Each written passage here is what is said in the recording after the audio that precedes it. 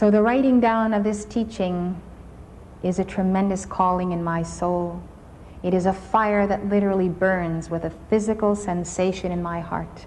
I am on fire to restore to each and every one whom I meet the lost teachings of Jesus that have not been told in 2,000 years, because the church fathers who put together the canon in 367 decided to leave out the Gospels that were inconsistent with their brand of orthodoxy, an established religion, and getting to God by means of the priest or the pope or a hierarchy based upon apostolic succession.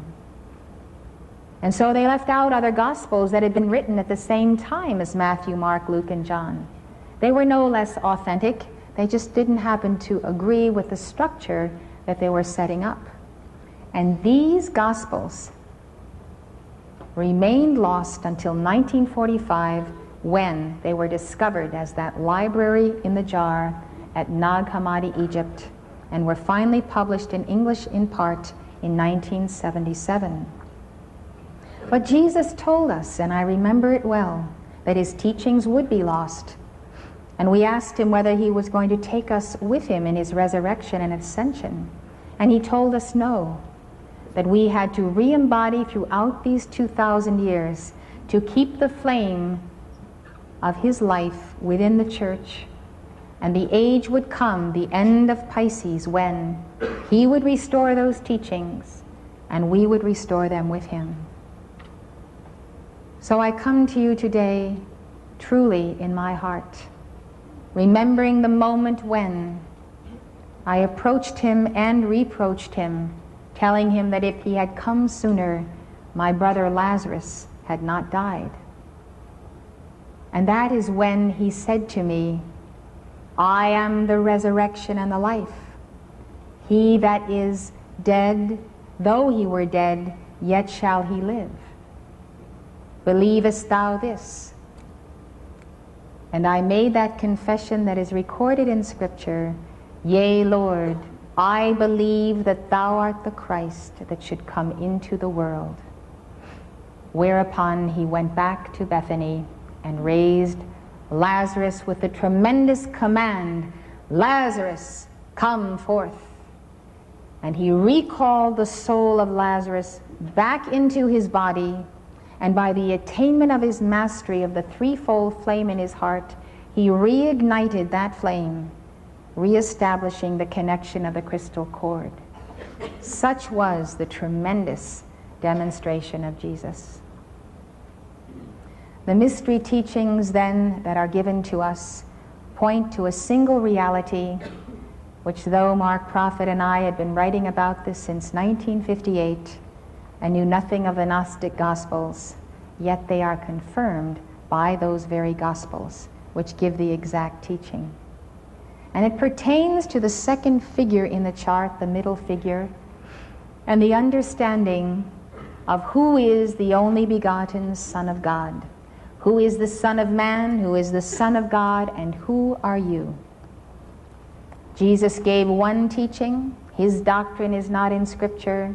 The early church fathers decided to deny that teaching and to print only a narrow perspective of what he taught.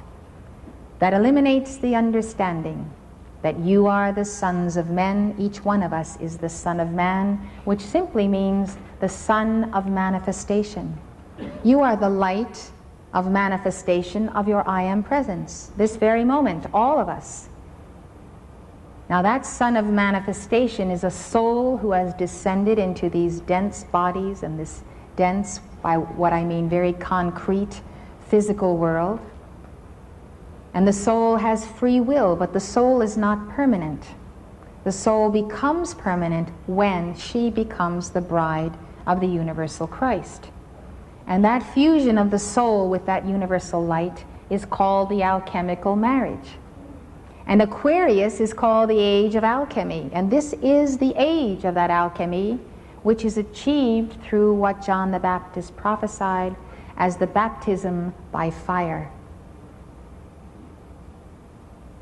Now, what has become confused because of doctrine that has been established by church councils is the question of Jesus' divinity and his divine sonship.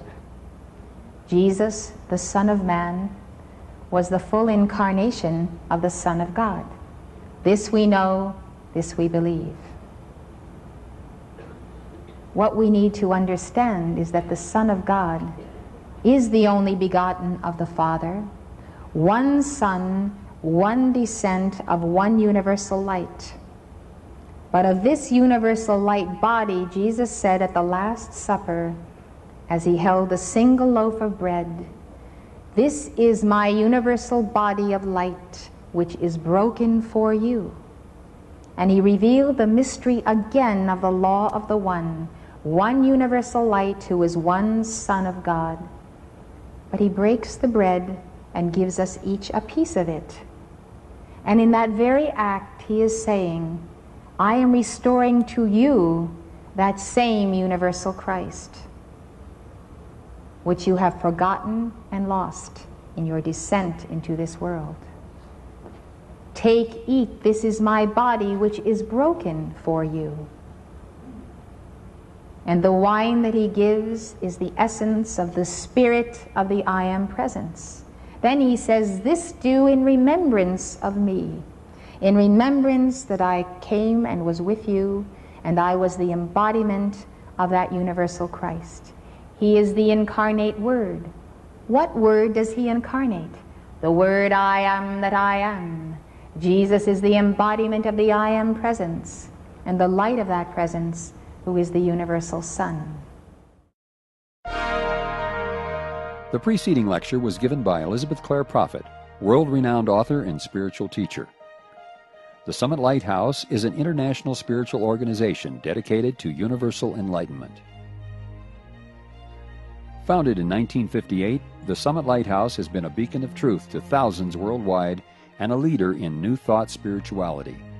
The preceding program has been brought to you by the Summit Lighthouse.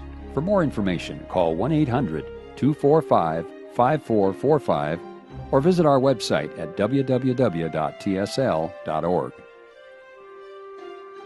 Outside the USA, call 406-848-9500 or write to the Summit Lighthouse, 63 Summit Way, Gardner, Montana, 59030, USA.